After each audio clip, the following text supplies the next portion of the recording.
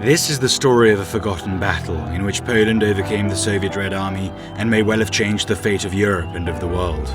It's the story of the Battle of Warsaw, the miracle you've never heard of. In 1918, after 123 years of occupation, Poland rose again and the Poles were fervently rebuilding their country. Just a year earlier, Lenin and the Bolsheviks had taken power in Russia, and upon having consolidated their position, they proclaimed the need for worldwide communist revolution. Poland was the Bolsheviks' bridge into Europe, and thus needed to be conquered first.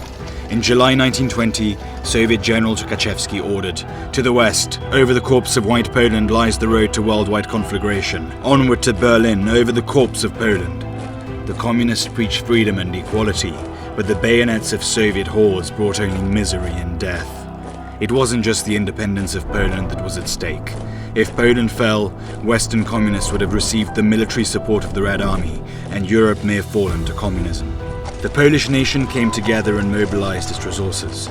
Over 100,000 Poles from all walks of life enlisted in the volunteer army. Thousands of women joined the female paramilitary, civilians gathered food and medical supplies, and church pews filled up as Poles prayed for victory. Volunteers from abroad joined the Polish army, Americans formed the Kościuszko Volunteer Flight Squadron, and the Hungarians supplied ammunition. The Soviets advanced, confident in victory. However, Polish military intelligence had decrypted the Red Army's radio messages, and the Poles prepared themselves for the oncoming onslaught. This was a war of worlds, a battle between European civilization and communist totalitarianism.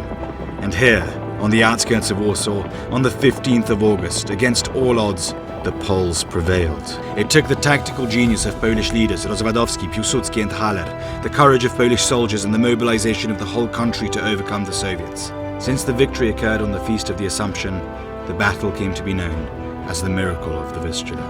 The Bolshevik horde, which was meant to enter Europe over Poland's dead corpse, was not only stopped but also turned back and contained.